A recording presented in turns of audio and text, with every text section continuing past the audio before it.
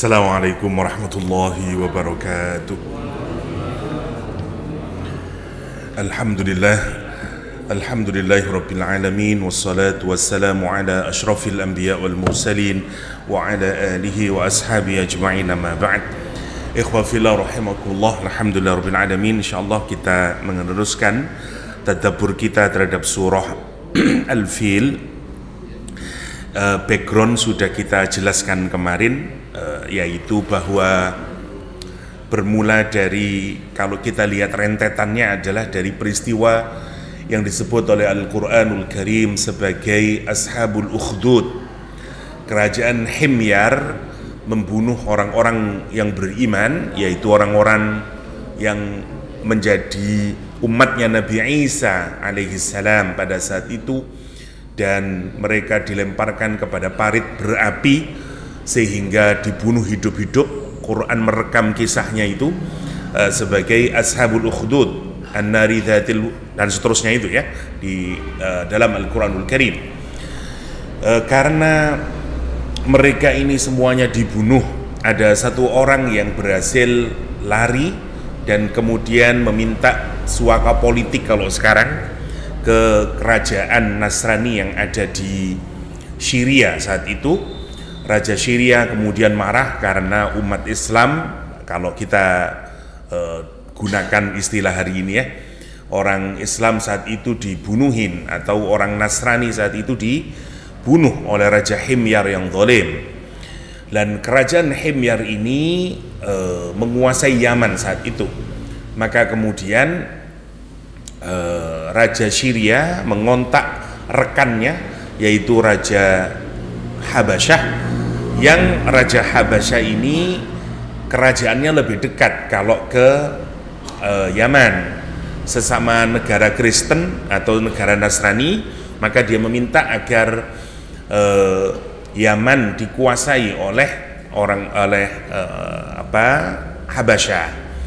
Maka Raja Najasyi saat itu mengirimkan dua jenderalnya yang sangat kuat, yaitu Aryad sama Abroha, untuk menguasai Yaman. Yaman berhasil dikuasai. Rebutan dua orang ini siapa yang memimpin, singkat ceritanya, dalam keadaan hampir kalah perang tanding antara Abroha dan Aryad, Abroha akhirnya ditolong oleh pembantunya dan Abroha menang. Jadilah Abroha menjadi gubernur Yaman. Setelah itu Abroha kemudian, sebagaimana yang saya jelaskan kemarin, berusaha untuk menjadikan Yaman sebagai pusat ekonomi. Apalagi sekarang Makkah growing menggantikan posisi Yaman, yang dulu Yaman adalah daerah sangat penting bagi perputaran ekonomi karena memiliki pelabuhan. Sekarang pelan-pelan digantikan oleh Makkah. Karena itu kemudian Abroha berusaha untuk mengembalikan posisi Yaman sebagai center of economy pada saat itu. Maka Raja Abroha membuat bangunan yang sangat tinggi, yang sampai kalau orang melihat ujungnya, kopiahnya ini akan terjatuh. Bangunan tersebut disebut dengan Al-Qullais. Dan dia memerintahkan kepada pengawalnya, anak buahnya, untuk mulai melakukan usaha pemalingan orang-orang Quraisy atau orang-orang Arab untuk tidak lagi ke Mekah, tapi ke ziarahnya sekarang ke Al-Qullais. Seorang laki-laki dari Banu Kinanah, orang Quraisy, yang merasa, kamu menghina Ka'bah kami, kamu berusaha sekarang memalingkan kami kepada Al-Qullais. Maka kemudian malam hari dia masuk, melakukan sedikit pembakaran, membuang kotoran, bahkan membuang sesuatu yang tidak selayaknya di Al-Qullais. Riwayat yang lain sebenarnya yang melakukan Abroha sendiri, karena untuk cara dia memantik peperangan dengan Mekah. Singkat ceritanya, begitu Al-Qullais yang sangat dibangga-banggakan ini, atau katedralnya dikotorin, sebagian dibakar, maka dia gunakan emosi agama ini untuk mengikat warga Yaman saat itu. Kita harus menuntut balas dan kita harus hancurkan Ka'bah. Termasuk dia mengirim surat kepada Raja Habasyi, Raja Syria, agar untuk saling bahu-membahu menghancurkan Ka'bah. Maka Abroha membuat pasukan besar, bahkan pasukannya itu mengendarai unta yang terdiri dari banyak unta, ya, ada yang menyatakan 30, 16, dan ada satu unta yang sangat besar yang disebut dengan Mahmud. Bergeraklah mereka, tapi mereka tidak tahu di mana Ka'bah itu. Nanti mereka menggunakan orang Arab, namanya Abu Righal, ya. Orang Taif sudah memberikan upeti kepada Abroha karena ketakutan. Ini pasukan amat sangat kuat. Nah, ada pengecut dari kalangan orang Arab yang menunjukkan jalan menuju Mekkah dan seterusnya, namanya Abu Righal. Nanti dia mati di perjalanan, sehingga sampai detik hari itu, kalau mereka melewati daerah yang ada kuburannya Abu Righal, orang-orang Arab kemudian meludahinya karena dianggap sebagai kamulah sebagai penjahat bangsa Arab, dan mereka meludahi kuburannya Abu Righal. Itu kisahnya. Dan kemudian sampailah mereka di Makkah. Abu Thalib melakukan perundingan atau sebanun. Kata Abu Thalib bahwa awalnya sudah unta-untanya minta, karena orang-orang itu sebenarnya takut. Negosiasi awalnya adalah bahwa unta-unta kambing orang Quraisy itu mau memberikan sekitar 200-an sebagai ganti. Kamu pulang sajalah ke Yaman sana, ngapain juga menghancurkan Ka'bah, nggak ada apa-apanya, ini unta kami dan seterusnya, yuk pulang. Tapi kata Abroha enggak, karena memang tujuannya adalah menghancurkan Ka'bah. Karena itu kemudian kata Abu Thalib, kalau unta ada tuannya, ya, yaitu kami. Sementara kalau Ka'bah juga ada tuannya, yaitu Allah SWT. Kalau you menghancurkan Ka'bah, berikanlah kepada kami unta kami kembali. Ya, sikap dan raut muka Abu Thalib yang sangat memukau itu, ya, membuat Abroha terpikat juga, diberikan untanya orang-orang Quraisy karena Abu Thalib berposisi sebagai pemimpin orang Quraisy, diberikan semuanya. Dan Abu Thalib kemudian meminta kepada orang-orang Quraisy untuk pergilah kamu ke atas bukit, bawa semuanya, untamu, kudamu dan seterusnya, dan marilah kita berada di atas bukit itu dan kita serahkan kepada Allah SWT yang memiliki Al-Ka'bah ini, Rabb hadzal bait, kata dia. Ya, dan mereka naik ke atas. Dari situlah Abroha kecewa, karena kata dia, saya kira kamu pemimpin yang sangat hebat karena kamu memperjuangkan harta milik dari kaummu, karena kamu meminta unta dan seterusnya. Ternyata kamu seorang pengecut, kata dia. Kamu tidak mau berperang dan bahkan naik ke atas bukit. Kata Abu Thalib, bukan demikian, karena aku ini pemimpin umat ini, sementara Ka'bah bukan berada dalam kepemimpinanku. Ka'bah punya Tuhannya sendiri, yaitu Allah SWT, kata Abu Thalib. You kalau mau menyerang Ka'bah bukan melawan saya, yang melawan yang pemiliknya, kata dia, Rabbal Ka'bah. Makanya Abdul Muthalib naik ke atas itu, singkat ceritanya. Dan kemudian Allah menurunkan kisah bagaimana kehancurannya kehancurannya Abroha dan bala tentaranya itu dengan kalimat alam tara kaifa fa'ala rabbuka bi ashabil fil. Mari kita diskusikan ayat ini. Bismillahirrahmanirrahim. Alam tara, tidakkah kamu melihat? Oke. Yang pertama, kata ro'a, ya, kata ro'a memang memiliki dua makna. Satu, melihat dengan kepala. Yang kedua, melihat dengan mata kepala, maksud saya, melihat kepala nggak bisa lah. Melihat dengan mata kepala namanya basor. Mata kepala ini namanya basor dalam bahasa Arab. Ada mata hati namanya basirah, yang digunakan untuk merenung, berpikir, tadabbur, refleksi, analisis, memahami, namanya basirah. Lah, kata ro'a itu memang mengandung dua makna itu, melihat secara fisikal dan melihat secara mental. Karena itulah kenapa setiap Idul Fitri orang Islam Indonesia berkelahi terus.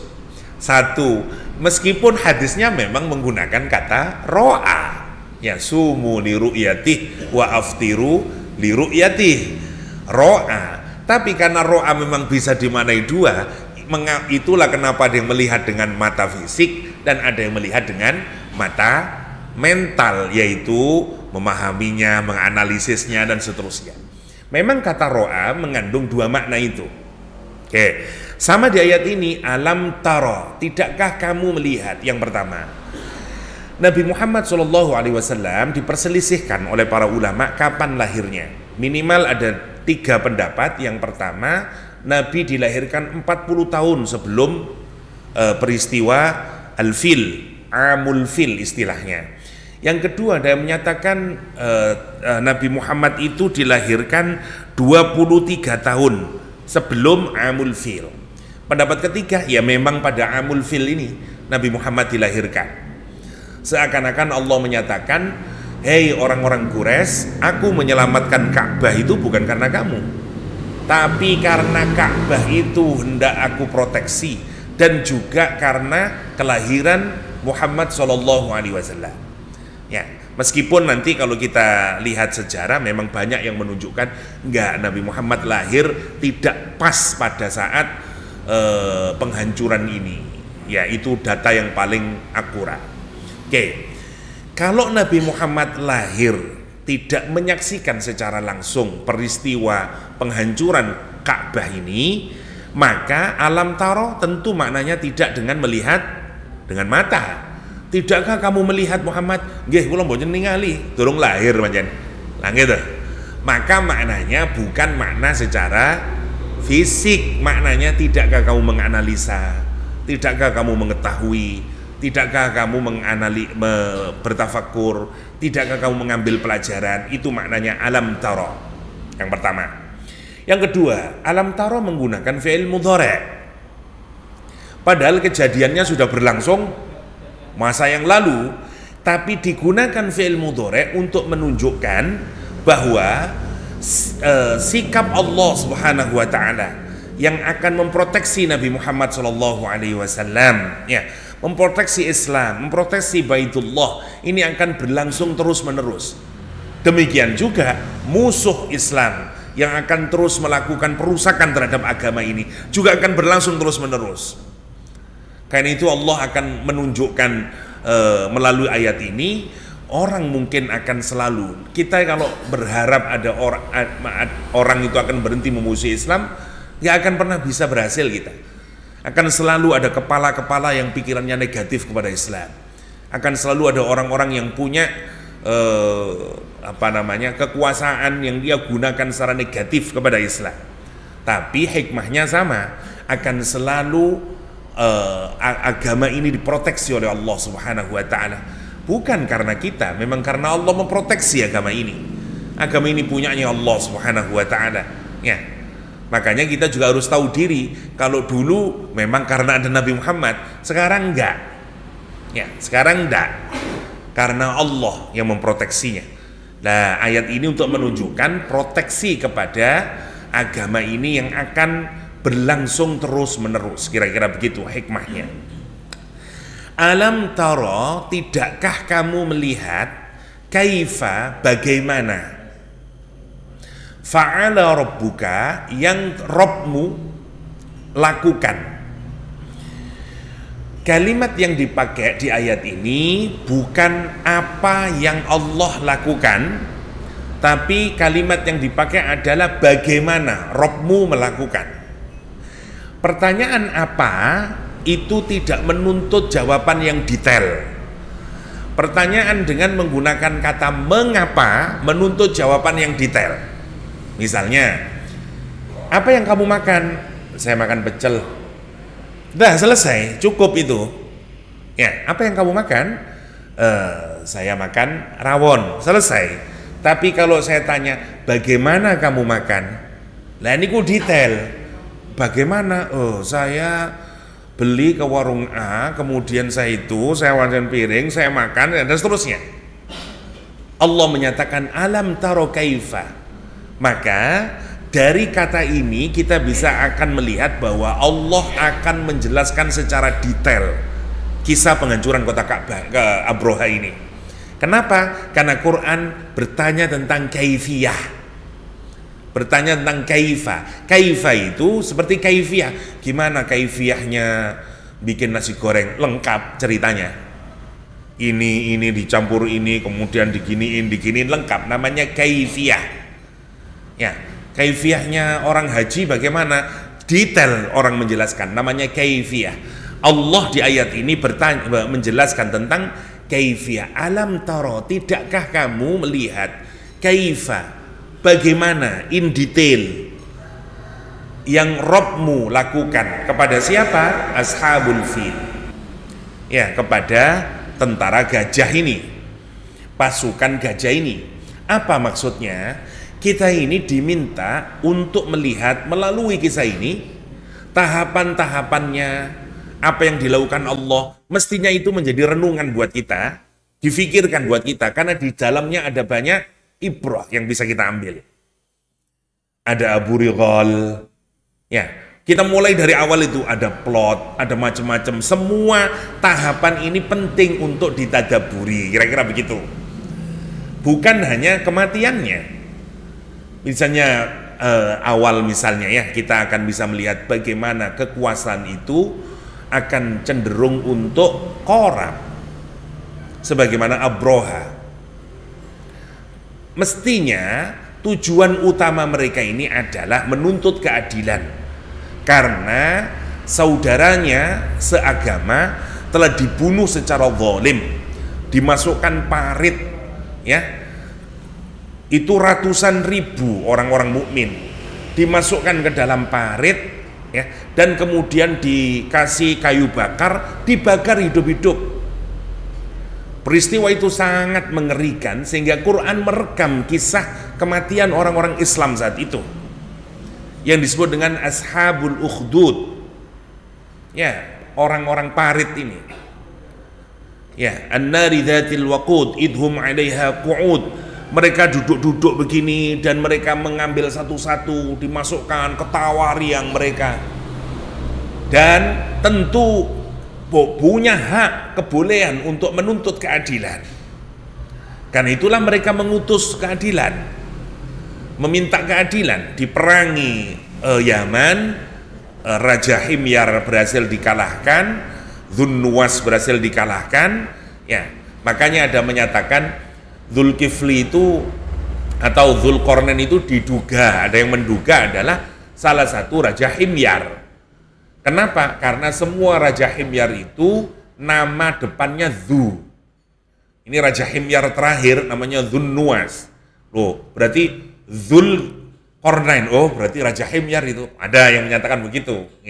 Kembali lagi, ini sampai kalah kemudian. Tapi mestinya kan sudah selesai. Tidak, lihat. Manusia itu kalau sama kekuasaan, dia greedy, terus kepingin. Makanya awalnya karena dua gubernur yang diutus, Aryad sama Abroha, ini mereka begitu sudah menang, saya ini yang harus mimpin Yaman. Lah iso aku yang harus mimpin Yaman. Ya, ini perang nih dua orang nih. Akhirnya lama-lama mereka berpikir, ini daripada kita banyak tentara kita, karena masing-masing punya anak buah nih. Ya, masing-masing punya anak buah. Yang ini bawa anak buah, yang ini bawa anak buah. Dan mereka saling bertarung sesama muslim. Orang muslim dibunuh oleh non-muslim itu jelek.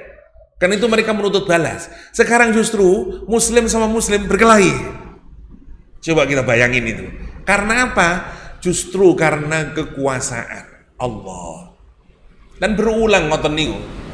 Orang itu kalau sudah karena kekuasaan, lupa itu dengan ngapain sih saya ini. Makanya Allah SWT, Rasulullah SAW dalam hadis menyatakan, innakum satahrisuna 'alal imarah. Sungguh kalian itu tamak, rakus terhadap kekuasaan. Wasatakunu nadamatan yaumal qiyamah. Dan kamu nanti akan menyesal di hari kiamat. Kata Rasulullah SAW. Manusia niku tamak terhadap kekuasaan nih. Lah, sehingga kemudian Abroha sama Aryad menyatakan, oke lah, daripada anak buah kita ini banyak yang mati, oke lah, kita perang tanding sajalah. Perang tanding orang berdua ini. Hampir kalah Abroha.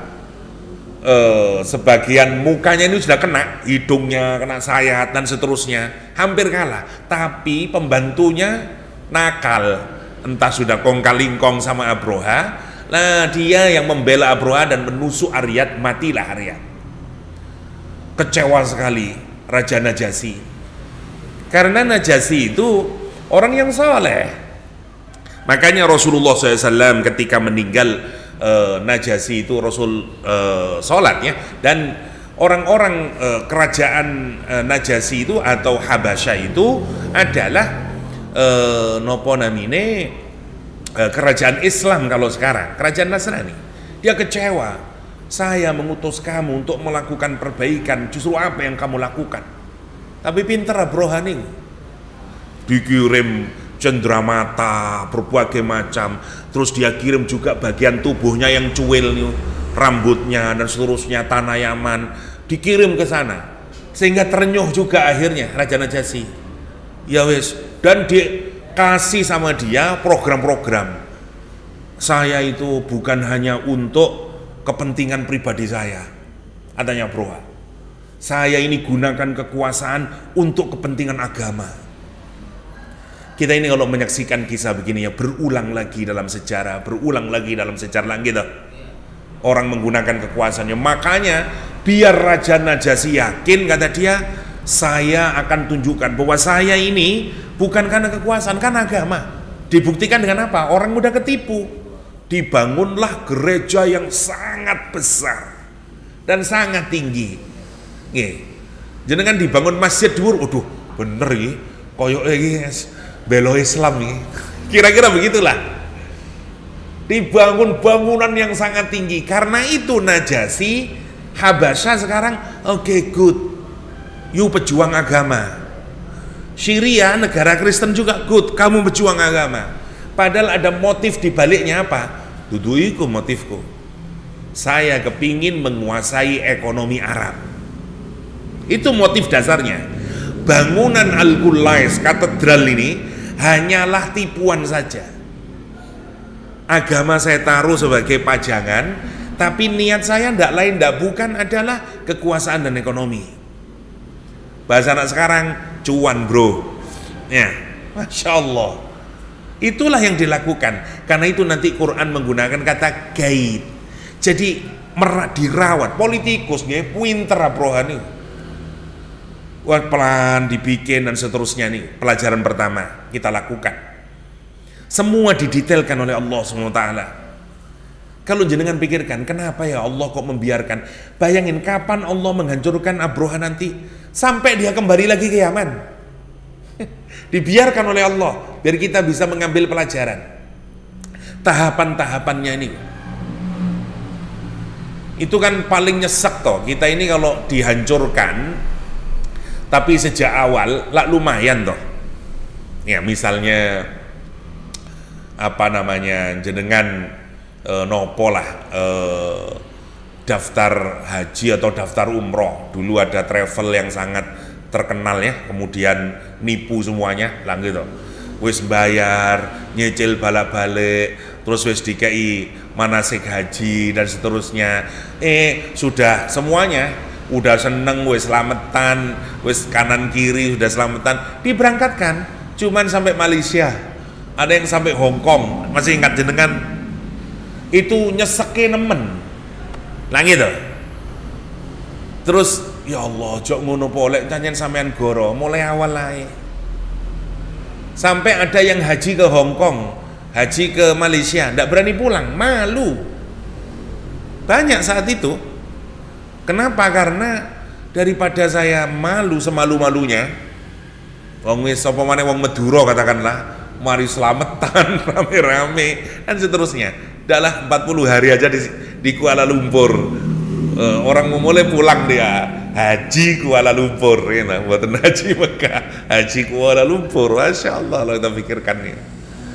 Nah, Apa yang terjadi sekarang? Kata Allah SWT, kaifa fa'ala rabbuk, bagaimana Rabb. Sekarang lihat, Allah menggunakan bukan kalimatnya bukan gini, alam taro kaifa fa'alallah, tapi kalimatnya alam taro kaifa fa'ala rabbuk. Rabbuk, Rabb itu yang maha merawat, ya, yang maha mencipta, yang maha memberikan nikmat, yang maha, namanya itu, namanya Rabb. Rabb itu murabbi, Rabb itu mudabbir, Rabb itu mun'im, Rabb itu as-sayyid, semuanya terkandung dalam Rabb. Allah menunjukkan aku yang merawat Makkah itu, aku yang menjaga Ka'bah itu, dan seterusnya. Yang kedua, yang terakhir, fa'ala. Quran tidak menggunakan kata amila, bukan gini, alam taro kaifa amila rabbuka, bukan begitu. Alam taro kaifa fa'ala. Bedanya fa'ala sama amila, fa'amila itu perbuatan yang dilakukan dalam penggunaan bahasa, ya, secara sadar. Le fa'ala mboten, yo sadar ndak sadar wis fa'ala, wis sakarep aku menjalankan. Jangan nek ningali ada orang mencuri sepeda motor ketangkep di gang terus dipukulin sama orang gang, lain namanya fa'ala. Wis banjut orang ngawur mukulinya ceprak namanya fa'ala. Ya, kata Al-Qur'an, lihat apa yang Allah perbuat kepada mereka ini, bi ashabil fil, dengan ashab al-fil. Saya bacakan dulu ashab. Ashab jamak dari sahabat, ya, sahabah jamaknya ashab. Al-fil adalah unta. Kita kemarin sudah jelaskan, mestinya al-afyal atau fuyul, cuman karena ada satu unta yang sangat besar, Allah menggunakan satu saja, ashabul fil. Yang menarik penggunaan kata ashab ini, kata sahabat itu kalau diidhofahkan seperti ashabul fil, ya, atau ashabul maimanah misalnya, atau untuk benda hidup, ya, ashabul aikah, ashabul fil misalnya, ashabu Muhammad, itu begini, orang itu disebut sahabat jika memiliki kemiripan. Contoh, Abu Bakar As-Siddiq adalah sahabatnya Nabi Muhammad SAW. Kenapa? Karena Abu Bakar memiliki kemiripan sifat dengan Nabi Muhammad SAW. Misalnya kalau ada Abu Jahal sahabatnya Nabi Muhammad, ngawur itu duduk. Apa? Karena tidak ada kemiripan sama sekali.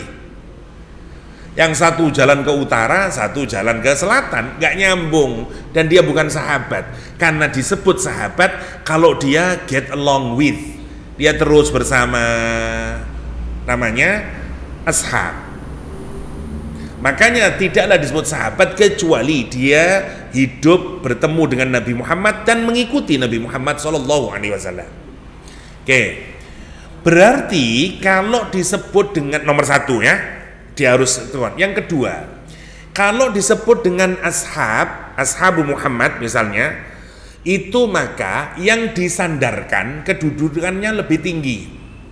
Misalnya Abu Bakar sahabatnya Rasulullah SAW, berarti siapa yang lebih tinggi derajatnya? Rasulullah SAW dibanding Abu Bakar. Boten ngeten, Nabi Muhammad itu sahabatnya Abu Bakar, boten gitu kita ngomongnya. Abu Bakar sahabatnya Rasulullah, ashabu Rasulullah Sallallahu Alaihi Wasallam. Sekarang ada manusia sama Allah SWT disahabatkan dengan gajah. Berarti siapa yang lebih tinggi? Gajah. Manusianya lebih bawah. Mari kita lihat, ya. Yang pertama, kenapa Allah menyamakan gajah dengan sahabatan dengan manusia ini? Karena prinsipnya tadi tidaklah disebut sahabat kecuali dia memiliki kemiripan.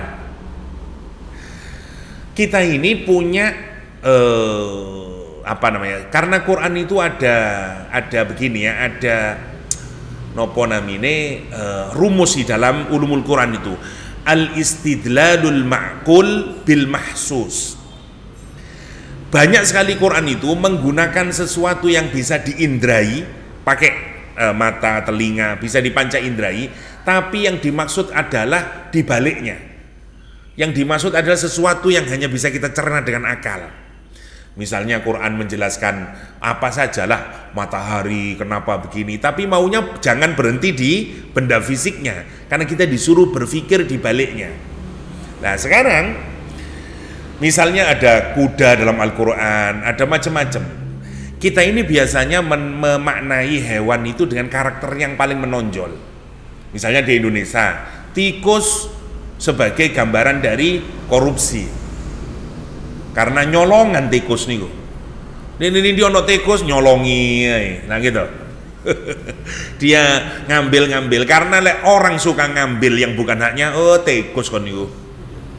Kenapa? Karena sama-sama suka mencuri. Mboten wonten tikus, assalamualaikum, kula nedhi nggih, mboten wonten. Dia mencuri semuanya. Sampai orang marah. Namanya tikus dia. Lah ada juga yang salah manusia itu, misalnya seperti buaya misalnya. Benar orang Betawi, buaya itu adalah hewan yang paling setia dengan pasangan. Karena itu orang Betawi kalau lamaran pernikahan dia bikin kue buaya. Tapi secara umum wong Indonesia buaya dianggap nggak setia, makanya kalau ada orang nggak setia, oh buaya darat dia pak. Ya, orang Betawi boten, buaya simbol kesetiaan. Ya, dan seterusnya.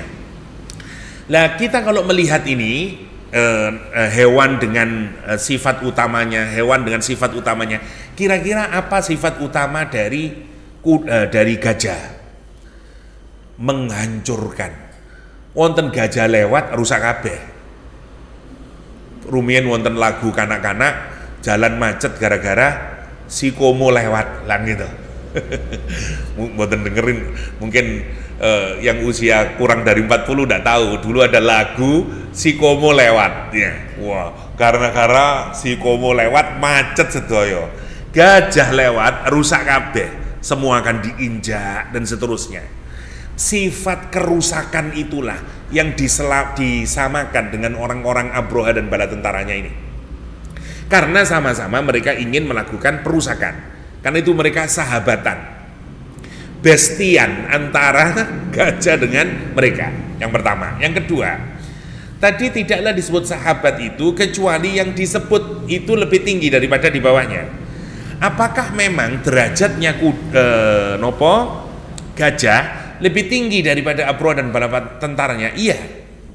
Nanti kita akan mendapati riwayat saat Abroha sudah sampai di Makkah dan dia mau melakukan pencerangan, itu gajah-gajahnya mau dilarikan menuju Ka'bah, tapi gajahnya berot. Gajahnya nggak mau. Bahkan mukanya tidak diarahkan kepada Ka'bah, dia mau berpaling pulang ke Yaman. Sampai dipukulin oleh Abroha. Kata para ulama, kenapa? Karena gajah diciptakan oleh Allah untuk mentaati perintah Allah sebenarnya. Sehingga dia tahu ini adalah Baitullah Al-Haram. Dia tidak mau. Dia mau berbalik muka. Jangan tahu seperti kuda yang tidak bisa dikendalikan, itu nggak mau gini. Tapi memang semua makhluk di dunia ini memang diciptakan oleh Allah untuk manusia. Karena itu tidak ada pilihan lain kecuali tetap ngikutin perintahnya. Tapi para ulama menyatakan itulah kenapa Quran menyatakan derajatnya gajah pada saat itu lebih tinggi dibanding Abroha. Karena gajah tahu apa yang dilakukan itu perbuatan buruk, karena itu dia ingin kembali. Abroha saja yang memaksa untuk terus ke depan. Masya Allah, karena itu disebut dengan Ashabul Fil. Masya Allah kalau kita mikirnya. Orang disebut sahabatan kali gajah. Apalagi kalau kita mikirkan lagi ada orang disebut dengan ashabun nar. Ya Allah, ya. Konconi neraka. Allah karim, menakutkannya. Allah menyatakan alam taro kaifa fa'ala rabbuka bi ashabil fil. Kalau cepetakan mawon kersane selesai. Alam yaj'al kaidahum fi tadlil. Alam yaj'al, kata Allah Subhanahu wa taala, tidakkah, lagi-lagi menggunakan alam lagi, tidakkah, tapi tetap menggunakan fi'il mudhari', bukan misalnya Allah menggunakan ja'ala misalnya tapi menggunakan yaj'al, sama seperti yang tadi ya. Allah menggunakan alam tara bukan alam ra'at ya. Menarik kalau kita pikirkan. Lagi-lagi kata para ulama tafsir, kenapa kok menggunakan fil mudhari' lagi-lagi? Untuk menunjukkan ini peristiwa yang akan kalaulah berlangsung di masa yang akan datang, Allah tetap akan melakukan proteksi lagi. Jadi kita itu hikmahnya. Jadi kita ini kalau mendapatkan nopo mawon terhadap agama ini, yakin agama ini tidak selamat bukan hanya karena kita. Wah, kira dono kene guys rusak Islam ini mboten. Gusti Allah sing jaga agama ini. Ya. Terus kita ngegaya. Lek mboten wonten kula teng daerah mriki Ustaz, mboten wonten nih pengajian Islam teng mriki kula sing babat alas. Mboten. Hatta wonten sampean Islam tetap ada dan seterusnya. Allah yang jaga agama ini. Allah bisa datangkan orang yang baru lagi, Allah bisa dan seterusnya. Ya. Alam yaj'al, tidakkah Allah membuat? Tapi ja'ala niku beda dengan khalaqa. Khalaqa itu membuat sesuatu yang sebelumnya ndak ada, ting kemudian ada, namanya khalaqa. Ja'ala adalah membuat dari sesuatu yang sudah ada kemudian dibikin menjadi sesuatu yang lain lagi. Bahasa sekarang namanya transformasi. Ya, misalnya dari kayu gelondongan jadi meja kursi. Ya, dari nasi menjadi bubur. Ya, dari nopo mawon lah. Jadi kita tinggal mentransform. Kata Allah SWT, alam yaj'al. Ya, kata Allah SWT, bukankah dia, ya Allah SWT, yaj'al, mentransformasi, merubah. Apa yang dirubah? Kaidahum. Kalau kita punya rencana yang buruk, bahasa Arabnya dua, satu makar, dua kaid. Ada makrun, ada kaidun. Bedanya di mana? Makar adalah rencana buruk yang kita rancang dan kita tunjukkan apa adanya. Namanya makar. Misalnya HTI bisa disebut makar. Kenapa? Karena dia berencana untuk merubah negara Indonesia menjadi khilafah dan ditunjukkan memang itu kegiatannya. Jadi antara apa yang dilakukan dengan cita-citanya tidak ada perbedaan. Kalau itu dilakukan terhadap negara disebut dengan makar atau bughat. Orang yang punya rencana buruk, kon menit apa ini loh kon, ayo wis lo mandi, namanya makar nih lo. Lah, tapi kalau ada orang punya rencana buruk, tetapi berbeda antara yang ditampakkan dengan yang disembunyikan, namanya kaid. Nah, Quran tidak menyebut di sini alam yaj'al makrahum, bukan begitu. Alam yaj'al kaidahum. Kenapa? Karena yang ditampakkan di luar oleh Abroha berbeda dengan apa yang disembunyikan dalam hatinya. Yang ditampakkan di luar nopo?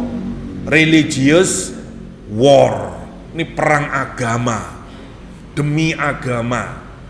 Karena gereja kami dihancurkan. Wow, orang diikat. Persis seperti George Bush dulu. Waktu menghancurkan Afghanistan dan Irak, George Bush meminta Inggris, minta Prancis, minta Jerman untuk beraliansi. Sampai terkenal kata-kata George Bush.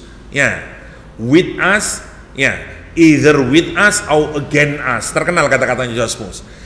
Kamu pilih bersama kami atau melawan kami. Waktu dia mau menyerang dulu. Dan George Bush bahkan dikabarkan setiap minggu dia bikin pengajian Bible di White House untuk lihat dramanya nih. Wah, dia bikin kajian Bible ya dan seterusnya. Dan kata-kata agama dia pakai.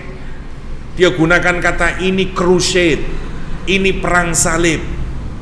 Masih ingat kamu dulu kita berusaha membebaskan Palestina, diperintahkan oleh Paus, sehingga terjadi perang salib. Itu bahasa Inggrisnya perang salib, crusade. George Bush keluar dari mulutnya saat itu. Ini crusade kata Gus Bus. Sehingga orang merasakan, ini perang agama ini. Lah, kenapa sih orang itu kalau disentuh sisi agamanya itu mudah ikut nangis dah. Jangan kalau disentuh sisi agama, kurang ngajari orang Yahudi ini, seakan podo Islami, ya wes, melu kita. Itu yang dilakukan oleh George Bush dulu. Dan dia bikin koalisi Prancis, Inggris dan seterusnya. Ditambahi dia kurang ajar, dia menghancurkan cara hidup kita karena dia punya senjata pembunuh massal, bahaya itu Saddam Hussein, bahaya gini. Padahal semuanya palsu semuanya, nggak ada. Bayangkan BBC, CNN saat itu ngambil gambar satelit yang disiarkan seluruh dunia bahwa inilah tempat senjata pemusnah massalnya Saddam Hussein. Digambarkan tuh semuanya, ini loh buktinya. Itu laporannya ke seluruh dunia. Lah kami itu bukan untuk apa-apa. Kami untuk menegakkan keadilan, membela rakyat Irak. Kami untuk datang itu untuk menegakkan demokrasi dan seterusnya. Ini kalau dibiarkan pemerintah zalim Saddam Hussein, ya, ini bahaya. Lihat, ini adalah tempat senjata pemusnah massalnya dia. Kalau kita tidak hancurkan lebih dulu, kita yang akan dihancurkan. Wah, top mari George Bush. Semua sekarang orang terbuka, semua orang tahu sekarang. Nah, ternyata sampai di sana nggak ada senjata musnah massalnya. Laporannya kemudian gagal total, nggak ada apa-apa. Sampai orang Amerika sendiri, misalnya satu film judulnya Fahrenheit 9/11 yang terkenal ya, setelah peristiwa 9/11 terus bikin film 9/11 untuk menunjukkan kaitnya George Bush. Orang Amerika ini yang bikin, bukan kita. Apa katanya film itu? Bahwa di balik rencana penyerangan ke Afghanistan dan Irak adalah oil, minyak. Lah, kalau orang punya dua rencana ngonten, kenapa? Karena seluruh keluarganya George Bush adalah pengusaha minyak. Texas itu panggone minyak. Dia dari Texas. Koboi, gini para koboi Texas sana. Dan orang Texas adalah orang yang paling kuat agamanya di Amerika Serikat. Gereja paling kuat dan seterusnya. Memang religius, kayak gini kados daerah pesisir lah, Maduro, kuat agamane, tapi keras-keras, Bugis. Kenapa daerah pesisir kok kuat agamanya? Karena dulu memang penyebaran agama melalui pesisir. Karena itu pesisir kuat agamanya. Pedalaman sik campur kali pewayangan, klenik dan seterusnya. Nah gitu. Orang pesisir semua rata-rata kuat agamanya karena penyebaran agama dulu travelnya itu melalui laut. Aceh kuat-kuat nih semua yang daerah pesisir. Ngoten, kenapa sih kok misalnya jadi ceritanya begitu? Lah, maka apa yang dilakukan oleh George Bush adalah guide. Demikian juga Abroha yang ditampakkan seperti pesan perang agama, tapi jeroane ini perang ekonomi rek. Cik aku menang hari ini, Yaman sukses, Ka'bah hancur. Setelah itu ekonomi pindah, ekonomi Arab kembali lagi ke Yaman dan Yaman akan menjadi negara besar dengan ekonomi yang kuat. Itu mimpinya Abroha. Kata Allah SWT, alam yaj'al, tidakkah Allah mentransformasi, merubah apa kaidahum, rencana yang disusun rapi yang buruk ini oleh Abroha dan bala tentaranya, fi tadlil, menjadi hancur sia-sia, menjadi percuma saja, rusak semuanya. Tadlil dari kata dollan, ya, orang itu kalau tersesat tidak tahu arahnya, kemudian mau pulang tidak ketemu, loh di rumahku ya, namanya tadlil. Rencana disusun rapi tapi nanti tidak ketemu ujungnya, wis hancur, dadal duel, modar semuanya, namanya tadlil. Masya Allah, niku apa yang dilakukan Allah Subhanahu wa ta'ala kepada Abroha rencananya mau melakukan perusakan, tapi oleh Allah SWT dibikin nopo namine tadlil ya.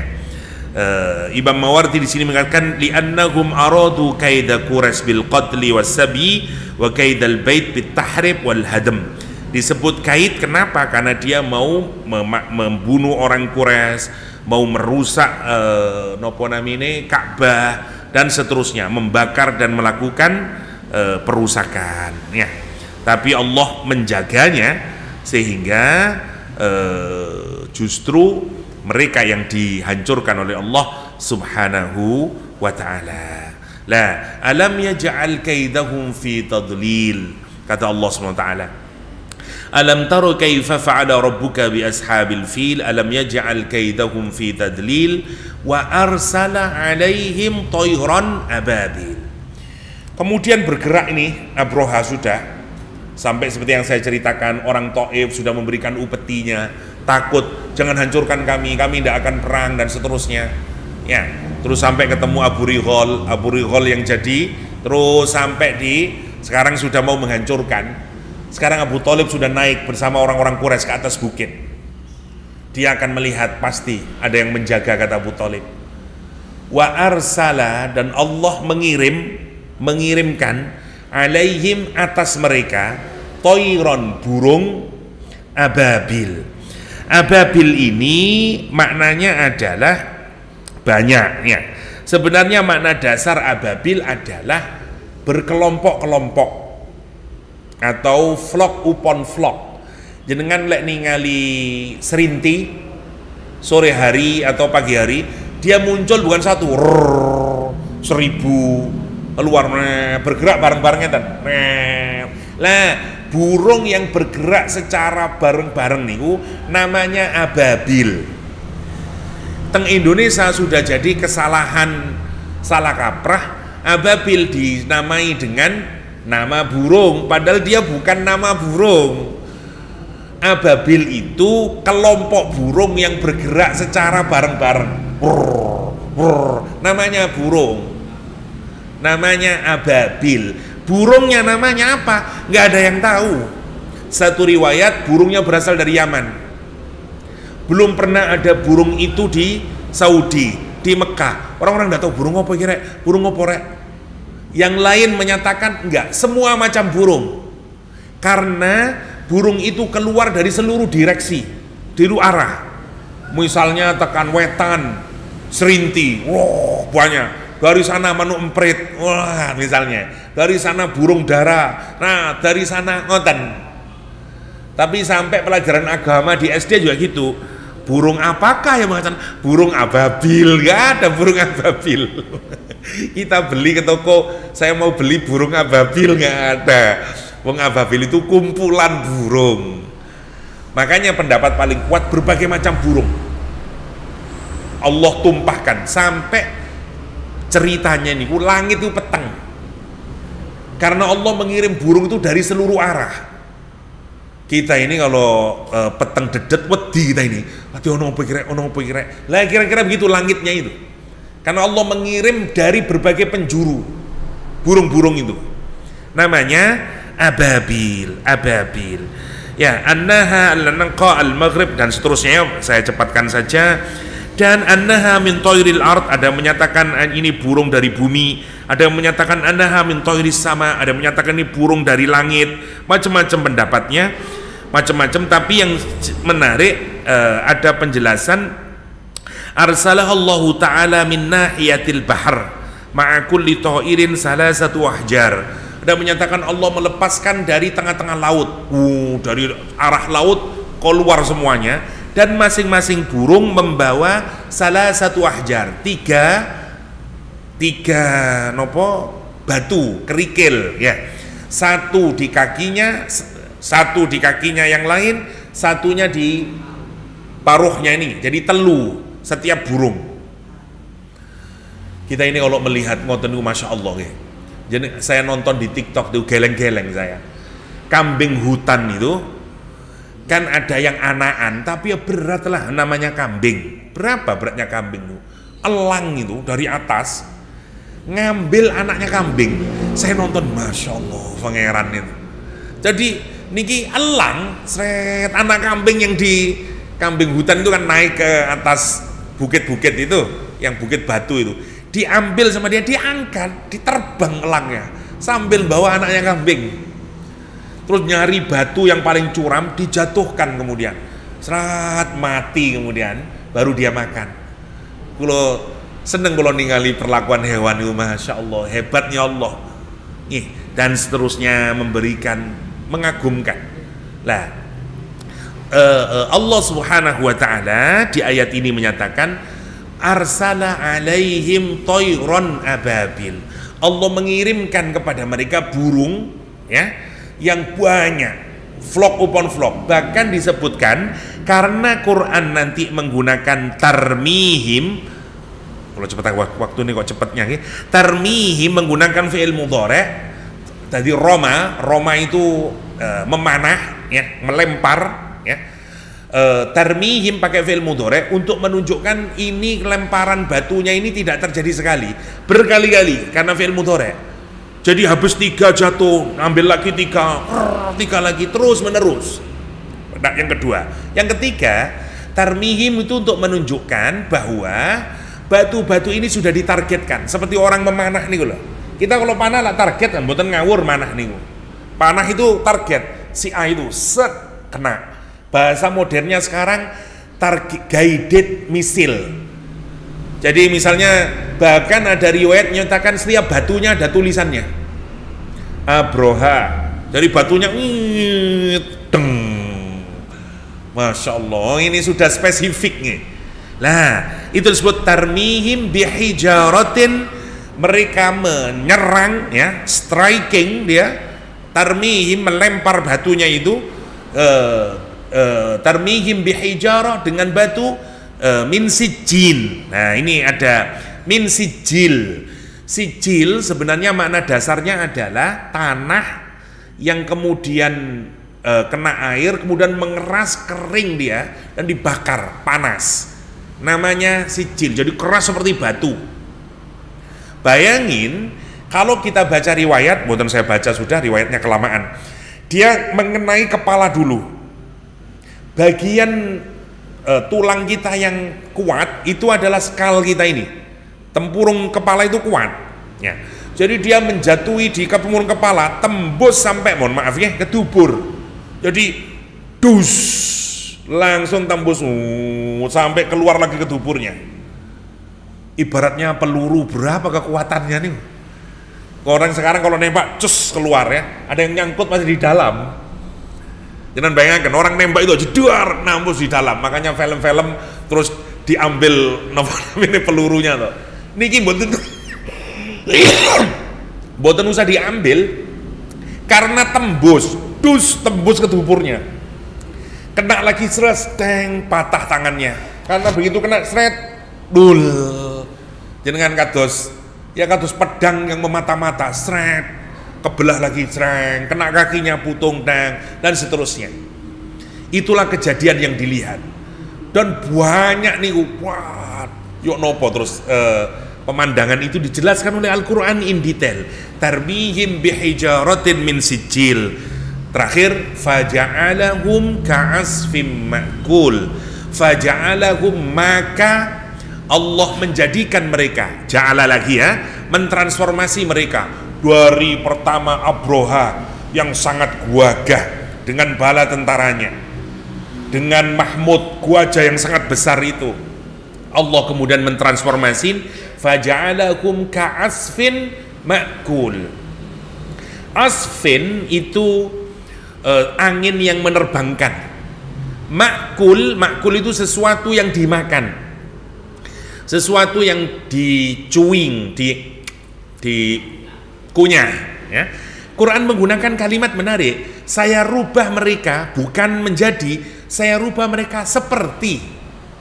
Jadi tidak jibles kalau seperti ini, hanya seperti saja. Seperti apa? Seperti asfim makul, sesuatu yang dikunyah oleh hewan dan kemudian diterbangkan oleh angin. Ngeten maksudnya. Jenengan kalau ngasih makan sapi atau kambing, misalnya kan langsung mengambil nih misalnya satu pohon jagung. Kalau kita kasihkan kan sapi langsung makan, dia ikat. Lah biasanya di ujungnya sini itu saat dia mengunyah kan jatuh nih, enggak semuanya langsung masuk mulut. Wonten sing jatuh, dahannya, rantingnya atau apa, logur. Kan beda kali manusia toh. Manusia itu ngambil sendok, kabeh melbu kabeh, lep.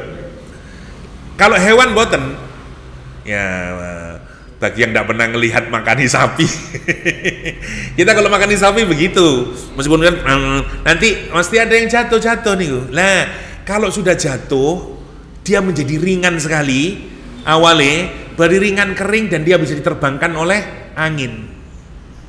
Karena sudah jadi serpihan-serpihan kecil. Jadi ka'asfim ma'kul itu serpihan-serpihan kecil yang kemudian bisa diterbangkan oleh angin. Allah menggambarkan kehancurannya Abraha itu dengan apa? Dengan ibaratnya tadi kena batu ya, tangannya potol tel, ini lagi tel, dan seterusnya. Jadi dia seperti makanan yang sudah dikunyah-kunyah nih. Masya Allah, hancurnya mereka. Ka'asfim ma'kul, kata Allah Subhanahu wa ta'ala. Yang menarik, Abraha boten. Abraha selamat. Dia kena tapi tidak sampai hancur dia, sehingga dia pulang. Ya, dia pulang ke dalam keadaan luka-luka. Dia pulang ke Yaman. Sampai di Yaman melepuh, tangannya melepuh, membusuk, kakinya busuk, dan mati seperti orang kena lepra. Putul satu-satu. Kalau kita baca riwayat, tangannya kemudian hancur semuanya, mati kemudian. Kenapa Allah bikin begitu? Agar semua orang, kalau bahasa sekarangnya, sedunia tahu bagaimana Allah menghancurkan Abraha dan bala tentaranya. Sampai se-Yaman orang tahu, aduh bahaya kamu. Sampai kemudian semua orang takut sama orang Quraisy. Sampai nanti orang Quraisy mendapatkan julukan apa? Keluarganya Tuhan, Ahlullah fil ard. Makanya orang Quraisy kemudian ditakuti oleh siapapun saja, dan tidak ada orang yang berani mengambil hartanya orang Quraisy. Kalau orang Quraisy berdagang dengan karavannya, mau musim summer, mau musim dingin, rihlatas syita'i was-shaif, aman. Karena sopo kate ngerampok wong Quraisy gendeng kona, gak ingat kamu Abraha. Lah makanya begitu sangat pentingnya semua orang kalau ngomong sekarang amul fil, tahun gajah. Kapan awakmu kawin? Iku loh 10 tahun setelah tahun gajah. Saiki ngomong-ngomongan tahun gajah, ngoten. Seperti kayak tsunami Aceh atau seperti Covid. Apa iku? Pokoknya sak marine Covid. Pokoknya sak durunge Covid. Ini berarti sangat penting dalam kehidupan masyarakat. Lah dulu begitu. Sampai Nasri Daria bikin lagu ya, lahir tahun gajah lah ngoten. Lah kita juga begitu. Ya, kapan itu? Itu loh reformasi 98. Wah, kita ingat terus itu karena menjadi penting. Hikmahnya singkatnya adalah agama ini ada yang memproteksi. Yaitu Allah Subhanahu wa taala. Kita ini hanya disuruh untuk ibadah, untuk dakwah. Allah yang menjaga agama ini. Semua orang yang akan memusuhi agama ini, dia akan berhadapan dengan pemilik agama ini, yaitu Allah Subhanahu wa taala. Dan percayalah, kita ini kalau berjalan di jalan Allah SWT, ibadah, dakwah, kalaulah ada orang yang tidak suka, nggak apa-apa. Yang penting kita tetap aja jalankan itu secara istiqomah. Ya, nanti Allah yang ngurus mereka ini. Ya, sebagaimana Abraha yang dihancurkan oleh Allah Subhanahu wa taala. Demikian waktunya sempun boten cekap. Semoga ada manfaatnya dan Allah yakum ajma'in. Wassallallahu ala nabiyyina Muhammadin wa alihi wa sahbihi wasallam wa akhiru da'wana alhamdulillahirabbil alamin. Subhanakallahumma wa bihamdik asyhadu an la ilaha illa anta astaghfiruka wa atubu ilaik. Assalamualaikum warahmatullahi wabarakatuh.